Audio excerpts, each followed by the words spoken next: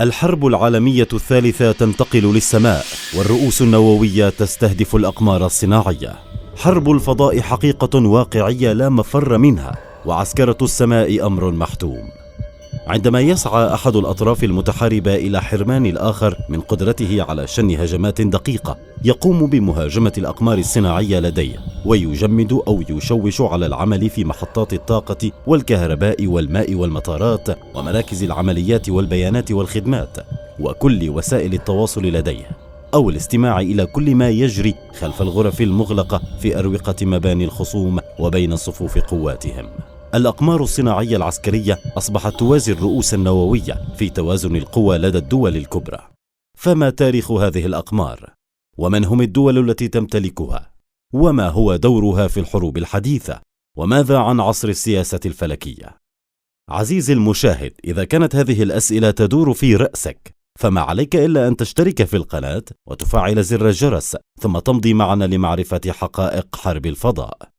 هي حرب تحدث خارج الغلاف الجوي للأرض، وتشمل الحروب من الأرض إلى الفضاء مثل مهاجمة الأقمار الصناعية من الأرض، أو من الفضاء على الفضاء مثل الأقمار الصناعية التي تهاجم أقمارا أخرى.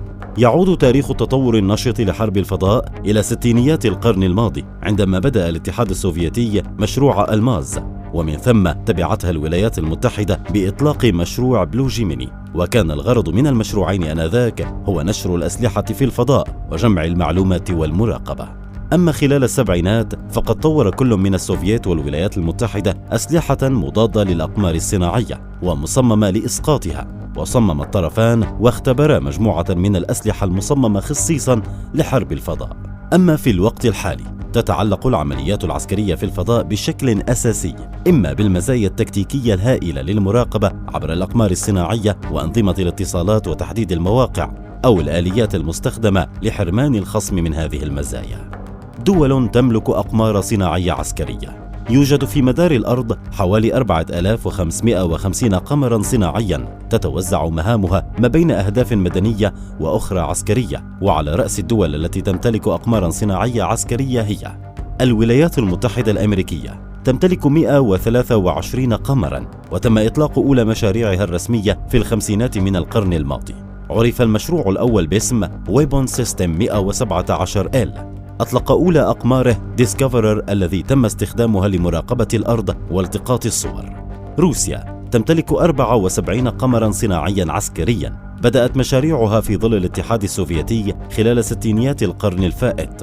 عرف برنامجها باسم ألماز، وقد أطلقت في عام 2017 أحدث قمر صناعي لها تحت اسم كوزموس 2524، وذلك لاستخدامه في اكتشاف وتعقب وتدمير الصواريخ التي تهاجم البلاد.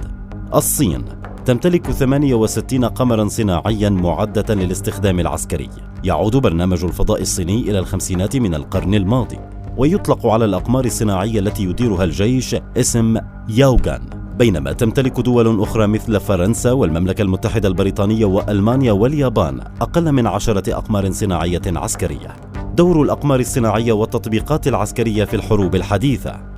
يمكن تصنيف التطبيقات العسكرية لبرامج الفضاء إلى تطبيقات دفاعية وأخرى هجومية، وتستخدم الأقمار الاصطناعية العسكرية في الحروب في التطبيقات الآتية: الإنذار المبكر من خلال الكشف المبكر للصواريخ العابرة للقارات، تقدير الأضرار الناجمة عن القصف الجوي أو النووي، الاستطلاع الإلكتروني إذ يتم تحديد مواقع الدفاع الجوي ورادارات الصواريخ الدفاعية للدول المعادية، التنصت على اتصالات العدو العسكرية من خلال أقمار الاستطلاع الإلكتروني، تأمين الاتصالات اللاسلكية المشفرة بعيدة المدى بين مراكز القيادة والسيطرة وقادة الوحدات الميدانية في مسارح العمليات، تقييم العمليات الهجومية للقوات البرية وإدارة الضربات الدقيقة البعيدة المدى، تصوير الأهداف العسكرية الأرضية، توفير المعلومات الاستخبارية. وهناك أسلحة مضادة للأقمار الصناعية مثل الأقمار الانتحارية وأشعة الليزر وسلاح الصواعق والمضادات النووية.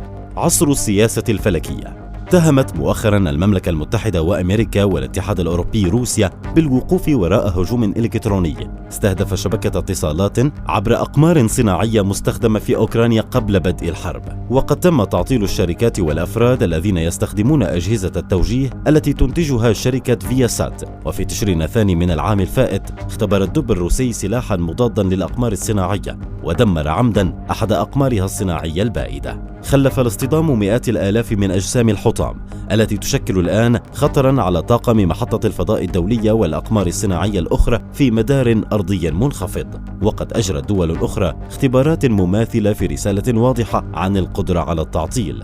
كما صرح مؤخرا مسؤول كبير في وزارة الخارجية الروسية أن الأقمار الاصطناعية التجارية التابعة للولايات المتحدة وحلفائها قد تصبح أهدافا مشروعة لروسيا إذا شاركت في الحرب في أوكرانيا. بينما ردت واشنطن بأن أي هجوم على البنية الأمريكية سيقابل برد فوري، فالمعلومات لدينا تؤكد بأن الروس يحاولون السعي وراء تقنيات مضادة للأقمار الصناعية. هل ستكون الحرب الأوكرانية سببا إلى انتقال المواجهة الروسية المباشرة مع أمريكا ولكن عبر الأقمار الصناعية؟ يبدو بأن السياسة الفلكية باتت تفرض كلمتها، ويبدو بأن القرن 21 سيشهد حرب الفضاء، ولكن ليس على الطريقة الهوليودية وإنما على طريقة موسكو وواشنطن.